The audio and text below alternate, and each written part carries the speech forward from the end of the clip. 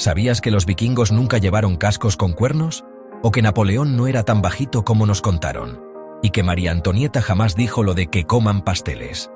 Pues solo son mitos históricos que hemos escuchado muchas veces, que ya parecen verdades. Hoy vamos a desmontar 8 grandes mitos de la historia.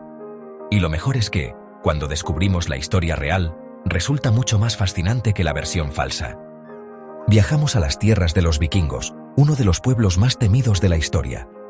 La imagen de los vikingos con cascos con cuernos ha definido su identidad visual en la cultura popular durante más de un siglo. Sin embargo, esta imagen tiene que ver más con el drama del siglo XIX que con la realidad de la era vikinga. No hay evidencia arqueológica o texto que respalde que los vikingos usaran cascos con cuernos en la batalla. El mito se originó en la Alemania del siglo XIX. El ciclo de óperas del compositor Richard Wagner, El Anillo del Nibelungo, inició sin querer esta inexactitud histórica. Carl Emil Doppler, el diseñador de vestuario, añadió cuernos a los cascos de los villanos para hacerlos parecer más feroces en el escenario. La poderosa música y la puesta en escena de Wagner grabaron esta imagen en la conciencia europea. Pintores, ilustradores y cineastas adoptaron esta visión romantizada de los vikingos. El casco con cuernos se convirtió en el accesorio inseparable del vikingo, un error nacido en el escenario que conquistó el mundo. El casco de Gjermundbu, encontrado en Noruega, cuenta una historia diferente.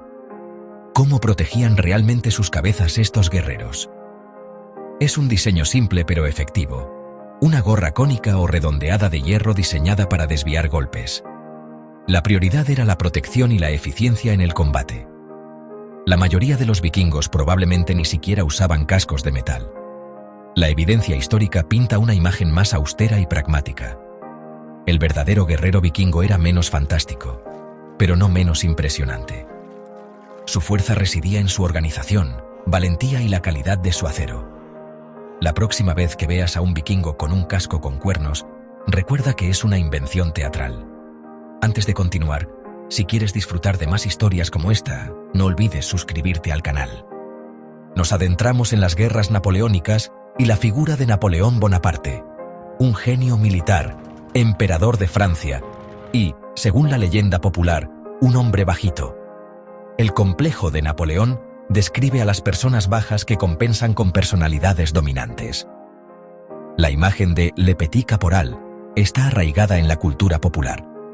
Pero realmente Napoleón no era bajito. Esta creencia proviene en gran parte de una campaña de propaganda británica durante las guerras napoleónicas. La prensa satírica británica caricaturizó a Napoleón como diminuto, enojado y a menudo sobre un taburete. Esto distorsionó su imagen y restó seriedad a su figura. Estas caricaturas fueron increíblemente efectivas, creando una imagen memorable. El mito perduró mucho después de su fallecimiento. El mito se hizo más fuerte que la realidad. Es un ejemplo de guerra librada en la opinión pública. La pluma, o el lápiz del caricaturista, fue más poderosa que la espada.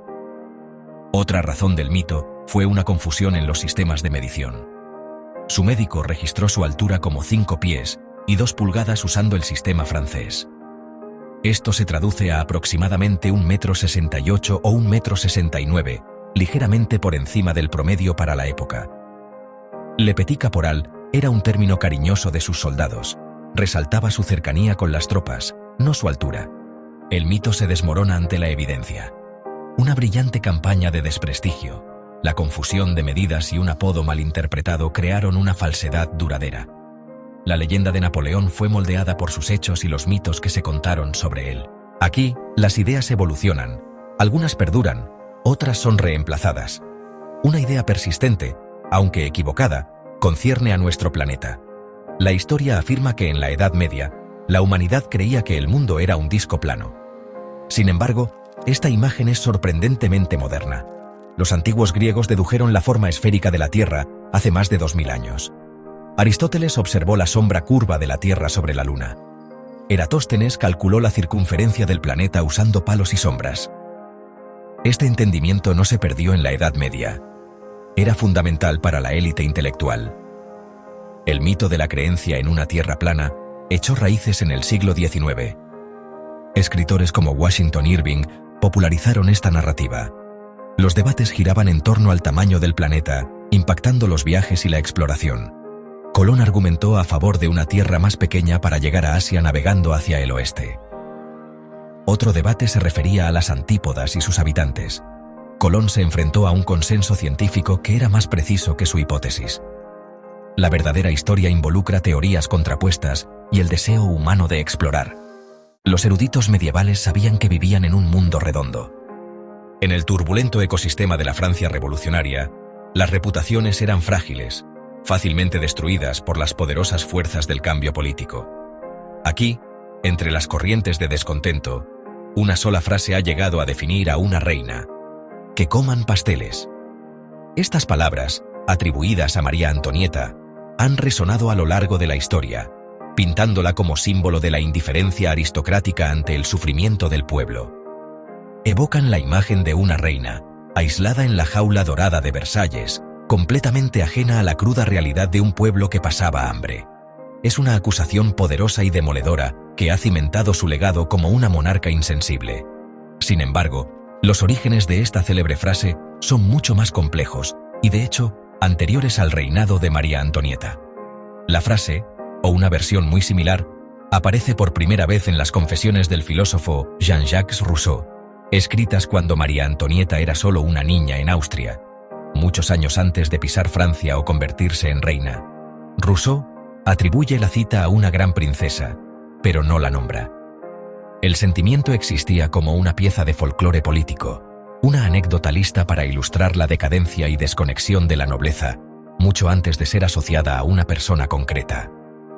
Esta historia apócrifa probablemente circuló durante décadas. Cuando comenzaron a avivarse los fuegos de la Revolución, María Antonieta, con su origen extranjero, su vida lujosa y su supuesta influencia sobre el rey, se convirtió en el blanco perfecto. Era una figura fácil sobre la que proyectar la ira y el resentimiento acumulados de las masas. La historia del pastel no fue un hecho real, sino una pieza de propaganda utilizada con destreza por los panfletistas revolucionarios para avivar la indignación popular. En realidad, las cartas de la reina y los testimonios de quienes la conocieron dibujan un retrato mucho más compasivo de lo que permite la caricatura. La verdadera María Antonieta fue una figura compleja, atrapada en una tormenta política que no podía controlar, donde una idea sencilla y memorable puede ser más potente y duradera que una verdad compleja e incómoda. La Francia de finales del siglo XVIII era un hervidero de efervescencia política. Eran los medios virales de su tiempo, propagando historias, tanto verdaderas como falsas, por las calles de París con una rapidez asombrosa. María Antonieta, como reina, era un blanco constante de estos ataques. Su origen austríaco, que le valió el apodo despectivo de l'Autrichienne, la convertía en una extranjera perpetua a ojos de muchos. Aunque la corte de Versalles era ciertamente opulenta, sus gastos solían exagerarse para crear la imagen de una reina frívola, que solo se preocupaba por la moda, las fiestas y sus propios caprichos, mientras la nación se tambaleaba al borde de la bancarrota. Esta narrativa se impulsó sin descanso para alejarla del pueblo francés. El brioche, un pan dulce y rico hecho con huevos y mantequilla, era un lujo inalcanzable para quien ni siquiera podía permitirse una simple barra de pan. La cita simbolizaba una ignorancia profunda y chocante sobre la realidad de la pobreza. Sugería una líder tan desconectada de sus súbditos que ni siquiera comprendía la naturaleza de su sufrimiento. En última instancia, la historia de María Antonieta y el pastel es una lección sobre cómo la historia la escriben y la reescriben los vencedores. Las grandes pirámides de Giza son quizá los monumentos más perdurables del mundo antiguo, estructuras colosales que han fascinado a la humanidad durante miles de años. Durante siglos, una poderosa narrativa ha rodeado su construcción, una historia marcada por el esfuerzo y las duras condiciones. La imagen popular, reforzada por películas épicas y relatos sin fin, es la de decenas de miles de esclavos, trabajando bajo la estricta supervisión de capataces severos, sufriendo bajo el sol abrasador de Egipto para satisfacer los caprichos de un faraón todopoderoso. Es una visión impactante y emocional de trabajo a una escala monumental. Sin embargo, al profundizar en las arenas del tiempo, guiados por el paciente trabajo de los arqueólogos, surge una imagen muy distinta. Las pruebas halladas en las últimas décadas desafían esta creencia tan arraigada en su misma base. Las excavaciones cerca de las pirámides no han sacado a la luz fosas comunes de esclavos desechables, sino los restos cuidadosamente organizados de una ciudad construida para los trabajadores, una verdadera comunidad. Los restos encontrados aquí muestran signos de trabajo físico duro, sí, fracturas curadas y señales de artritis, pero también evidencian que recibieron cuidados incompatibles con la vida de un esclavo. No eran simples piezas anónimas, eran personas. Sus restos fueron enterrados cerca de las pirámides sagradas que ayudaron a construir. Un honor que jamás se habría concedido a simples esclavos en la sociedad egipcia antigua.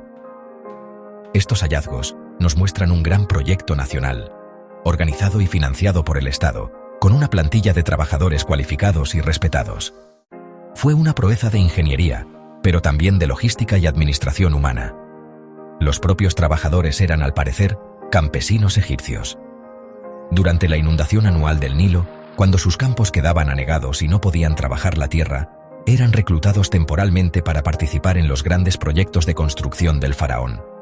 Era una forma de servicio nacional, un deber civil, y por su trabajo eran recompensados. Recibían comida, alojamiento y cuidados por parte del Estado. La construcción de las pirámides no fue simplemente una cuestión de fuerza bruta. Fue un proyecto que exigió una enorme habilidad, precisión y dedicación. La extracción, transporte y colocación de millones de bloques de piedra, algunos de varias toneladas, con una precisión que aún hoy asombra a los ingenieros, no pudo haberse realizado con una población esclava no especializada. Fue obra de artesanos, albañiles, agrimensores e ingenieros que dominaban las matemáticas complejas y poseían un profundo conocimiento de su oficio. Eran profesionales, y así eran tratados. La ciudad de los trabajadores descubierta cerca de Giza nos ofrece una ventana fascinante a su vida cotidiana. Era un asentamiento bien planificado, con panaderías capaces de producir miles de hogazas de pan al día, cervecerías y grandes dormitorios para los turnos rotativos de obreros. También había edificios administrativos, lo que sugiere que existía una compleja burocracia para gestionar la fuerza de trabajo, controlar los suministros y supervisar el avance de la construcción. Este nivel de organización indica una sociedad que valoraba la logística y la planificación y que consideraba a estos trabajadores no como recursos desechables, sino como parte esencial de una empresa grandiosa que abarcaba generaciones. Más pruebas de su estatus provienen del descubrimiento de atención médica. Los hallazgos muestran que las fracturas se curaban correctamente y que incluso se practicaban procedimientos médicos avanzados. Esa atención médica solo se reservaba a algunos miembros de la sociedad. Un esclavo con una lesión probablemente no habría sido atendido, pero estos trabajadores eran curados, porque su experiencia y habilidades eran demasiado valiosas para el proyecto como para prescindir de ellos. Entonces, ¿por qué ha persistido tanto el mito del trabajo esclavo? Parte de la respuesta está en el historiador griego Heródoto, que, escribiendo siglos después de la construcción de las pirámides, recogió relatos que había oído sobre esclavos edificando los monumentos. Esta versión fue retomada y popularizada, encajando perfectamente en la narrativa de faraones tiránicos y masas oprimidas. Pero el registro arqueológico, el testimonio silencioso de las piedras, nos cuenta una historia más precisa, y en muchos aspectos, más impresionante, la de una nación de ciudadanos cualificados, movilizados en un esfuerzo colectivo para crear algo eterno para su rey, sus dioses y su civilización. Aquí en Roma, el escenario está listo para el emperador Nerón, una de las figuras más polémicas de la historia. Su nombre evoca imágenes de tiranía, crueldad y la icónica imagen de él tocando su lira mientras Roma ardía. Nerón se veía a sí mismo como un artista, anhelando el reconocimiento en la música, la poesía y el teatro.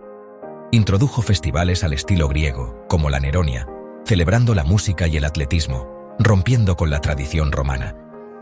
Esta obsesión lo llevó a una extraordinaria gira artística por Grecia en el año 66 después de Cristo. Nerón viajó de ciudad en ciudad, participando en todos los principales juegos panhelénicos, incluidos los olímpicos. Su objetivo era ganar cada corona y ser reconocido como el artista y atleta más grande que el mundo había conocido. Los juegos fueron alterados para acomodarlo, y predeciblemente ganó todas las competencias. A pesar de caer de su carro durante una carrera, fue declarado ganador de todos modos. Su participación fue una forma de propaganda, un intento de cimentar su legado como un campeón cultural. Las victorias de Nerón fueron una farsa, pero una con un propósito claro: redefinir lo que significaba ser un emperador. Entre miles de pensamientos, de pronto surge uno que lo transforma todo. Uno de los más celebrados es Sir Isaac Newton. La historia cuenta que el gran pensador, descansando bajo un manzano, vio caer una manzana. Pero la verdad histórica es a menudo más sutil que las leyendas. Es una metáfora que ha perdurado a través de los siglos por encapsular un concepto revolucionario en una escena cotidiana. La manzana fue más una musa silenciosa que un proyectil físico. La visión de una manzana cayendo le hizo preguntarse por qué siempre cae perpendicularmente al suelo. La pregunta era sobre la dirección y la consistencia de esa fuerza invisible. Fue un proceso continuo de observación, cuestionamiento y profunda reflexión. La manzana ofreció un enigma terrenal que su mente excepcional conectó con los misterios del cosmos. De un evento ordinario, dedujo las leyes que rigen el movimiento de planetas y estrellas. Newton se subió a hombros de gigantes para ver más allá. El genio de Newton unificó los reinos celestiales y terrestres bajo un solo conjunto de leyes matemáticas. La historia de la manzana sirve como un prólogo accesible a una de las obras científicas más formidables jamás creadas. Nos recuerda que las grandes ideas a menudo se originan de la observación cuidadosa del mundo que nos rodea. Pocos nombres evocan imágenes tan poderosas como Cleopatra. La cultura popular ha cimentado esta imagen de la última faraona como el epítome de la herencia egipcia. Sin embargo, Cleopatra no era, en cuanto a ascendencia, egipcia. Su linaje era puramente griego. Ella pertenecía a la dinastía tolemaica.